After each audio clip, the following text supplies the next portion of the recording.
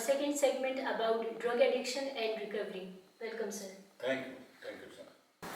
Sir, what are the neurobiological mechanisms of addiction?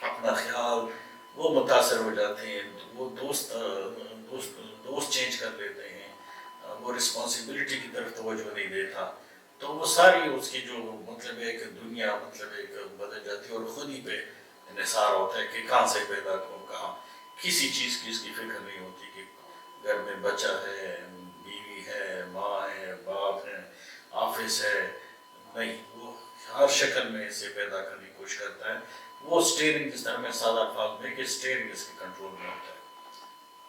سر کیا اس situation کو substance dependence کہا جاتا ہے؟ بالکل جی، جب ڈیپینڈنس ہو اس وقت جب وہ اس حد تک پہنچ جائے، یوز تو کرتے ہیں مس یوز، وہ ایک ہارمفل یوز ہو جاتا ہے یا مطلب ابیوز، لیکن اس حد تک جب وہ یعنی سب ڈیپینڈنس کی طرف نہیں جاتے ہیں، لیکن جب ڈیپینڈنس کی طرف چلے جاتے ہیں تو اس سے پھر نکلنا اس کے لیے بڑا محال ہوتا ہے، بڑا مشکل ہو جاتا ہے. تو اس کو ہم مطلب ڈیپینڈنس کہتے ہیں، جب ٹالرنس اور ڈیپینڈنس دونوں، اور وہ کوشش کرتے ہیں ڈیپینڈنس میں کہ مختلف کوئی اور ڈرگ، کوئی اور چیز نشہ وش کریں، مطلب کوئی ہیروئن لے لیں، تھوڑا سا افیم لے لیں، کوئی گولیاں لے لیں، اس کو کوشش کرتے ہیں نجات حاصل کرنے کے لیے، ناکام یا کم کرنے کی کوشش کرتا ہے، لیکن وہ بار بار ناکام ہوتے ہیں، اور وہ تجربے کرتے ہیں اور خود سمجھتا ہے، لیکن وہ اس سے مطلب سمجھتا ہے کہ میری ذہن پہ، میرے جسم پہ یہ تباہ کن اس کے نتائج ہیں، لیکن وہ اس سے نجات پا نہیں سکتا. پھر اپنی طریقے سے یعنی اپنی ایکسپیریمنٹس کرتا ہے، لیکن وہ سے نکل نہیں سکتا. سر آپ کے پاس ڈرگ ایڈکٹ پیشنٹس کس اسٹیج میں لائے جاتے ہیں؟ بدقسمتی یہاں پہ یہ ہے کہ یہ جو میں کہتا ہوں نا کہ ڈرگ یوز تو کرتے ہیں، جو مس یوز ہے یا جو سیلف ہارم والی یوز تو ہے، وہ ٹھیک ایکٹیویٹیز کام کاج کرتے ہیں، لیکن وہ افیکٹ تو ہوتے ہیں ان کے کام کاج پہ، ان کے صحت پہ بھی، ان کے ذہن پہ بھی، لیکن وہ اس طرح چلتے رہتے ہیں، اور فیملی بھی دیکھتے ہیں کہ بس ٹھیک ہے، نشہ کرتے ہیں، ٹھیک ہے، کام بھی کرتے ہیں، ٹھیک ہے. بدقسمتی یعنی وقت بھی نہیں لاتے. بدقسمتی یہ اس وقت ہمارے پاس لے آتے ہیں جب وہ فل بلوم اس کو سائیکوسس ہو جاتی ہے، پاگل پن کی طرف چلا جاتا ہے، اور اس کو مطلب مار داڑ شروع کر دیتا ہے. وہ کسی کو گھر میں کوئی مار دیتا ہے، کوئی کبھی قتل بھی کر دیتا ہے، کہیں ہمسائے میں قتل کر دیتا ہے، کسی ہمسائے نیبرہڈ میں مطلب وہ لڑائی مار کوٹائی، چوری ہو یا پسٹل ہو یا ویسے ہی، اور وہ سوشل پرابلم کریٹ کرے، تانے اور جھگڑے اور یہ چیزیں کریٹ کرے، اور گھر میں کسی کو نیند کرنے نہ دے. جب وہ سین کریٹ ہوتا ہے، وہ حالت پہنچتی ہے، تب اس کو 4-5 بندے پکڑ کے لاتے ہیں. تو انیشیلی وہ شروع میں لاتے نہیں، جب لاتے ہیں تو اس کو مطلب آلریڈی سائیکوسس ہو چکی ہوتی ہے، اس کا ڈرگس وہ کافی یعنی ہیوی ڈوز پہ ہوتا ہے، اور اس کو مینیج کرنا بڑا مشکل ہوتا ہے. اس حالت میں ہمارے پاس لاتے ہیں. Next question. سر آپ نشے میں مبتلا مریض کی موٹیویشن کا اندازہ کس طرح لگاتے ہیں کہ مطلب پیشنٹ اپنی ریکوری کے بارے میں کس حد تک سنجیدہ ہے؟ نارملی تو میں اس حوالے سے اندازہ لگاتا ہوں کہ اگر کوئی مریض خود آئے کہ میں نشہ کرتا ہوں اور میں اس سے چھٹکارا حاصل کرنا چاہتا ہوں، میری فیملی، میری بیوی، میرے بچے سے متاثر ہو رہے ہیں، یہ اچھی موٹیویشن ہے. میری عزت متاثر ہو رہی ہے، میری صحت اس سے متاثر ہو رہی ہے، میرا کام کاج متاثر ہو رہا ہے، ٹھیک ہے. اور لاسٹ پہ یہ ہے کہ وہ میرے پاس پیسے نہیں ہیں، نہیں کر سکتا، یا اس کو مجبوراً لایا جاتا ہے، تو وہ اس حد میں دیکھتا ہوں. لیکن عموماً جس طرح میں نے کہا نا کہ وہ فل بلوم سائیکوسس میں اس کو ہوتی ہے، پاگل پن، یعنی وہ حالت تک پہنچتا ہے کہلاتے ہیں. لیکن جنرلی جب میں داخل بھی کرتا ہوں اور پھر انیشیلی میں کہتا ہوں ایسے ہی اس کو موٹیویٹ کرنے کے لیے اور سپورٹو کرنے کے لیے کہ دشمن 3 قسم کے دشمن ہوتے ہیں. ایک دشمن جو آپ کو مارتا ہے، ایک دشمن جو آپ کو مال حال سے مطلب ہے اس کی آپ کو وہ رابری کرتا ہے، آپ سے مال حال چورا لیتا ہے، چھین لیتا ہے. ایک یہ ہوتا ہے کہ وہ آپ کی عزت کی دشمن ہو. تو میں ان کو کہتا ہوں کہ یہ نشہ آپ کی تینوں قسم کا دشمن ہے. آپ کو مار دے گا، وقت سے پہلے مار دے گا، آپ کی صحت پہ، آپ کے ذہن پہ، اور ایک بے عزتی کی موت مارے گا. کبھی میں ادھر زیادہ کرتا ہوں تو میں کہتا ہوں کہ اس طرح کتا مرتا ہے، کتے کی موت مار دے گا. یہ آپ کو مطلب بینکرپٹ کر دے گا، مال ہاتھ سے خلاص کر دے گا. یعنی آپ کے پاس کچھ بھی نہیں ہوگا، آپ کا بزنس تباہ ہو چکا ہے، کام کاج نہیں ہوگا، جاب سے نکالے جاؤ گے، لوگوں کے سے قرض لیتے رہو گے، تو مالی طور پہ بینکرپٹ ہو گئے.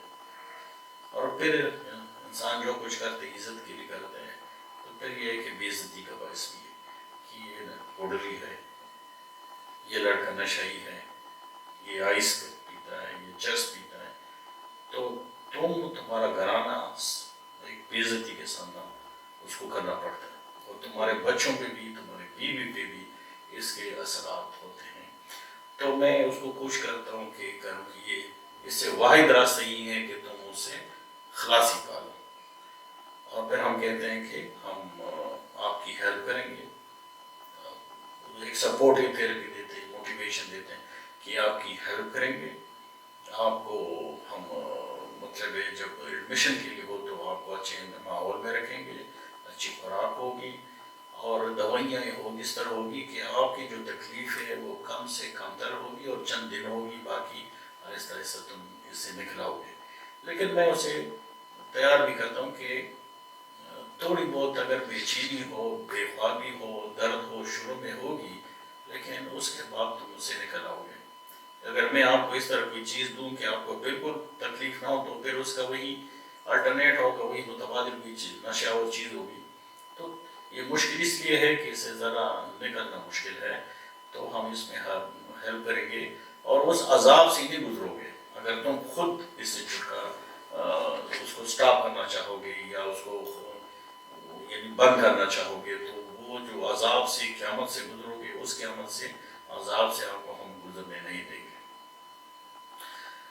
پھر مطلب نارملی جو ہوتے ہیں کہ جی ایڈمٹ کر لیا میں نے تو ایڈمیشن کی ضرورت ہوتی ہے. آئیڈیل جو اسٹینڈرڈ ہے وہ 3 مہینے کا ہے.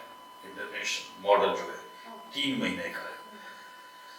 ہم بھی داخل کرتے ہیں انیشلی 1 مہینہ پہ ضرورت ہو، 2 مہینے ضرورت ہو، 3 مہینے. لیکن حالات کو دیکھ کر، ان کی جو مالی مشکلات کو دیکھ کر ہم کوشش کرتے ہیں کہ کم سے کم وقت میں جس کی زیادہ سے زیادہ اس کا علاج ہو سکے اور نکل آئے.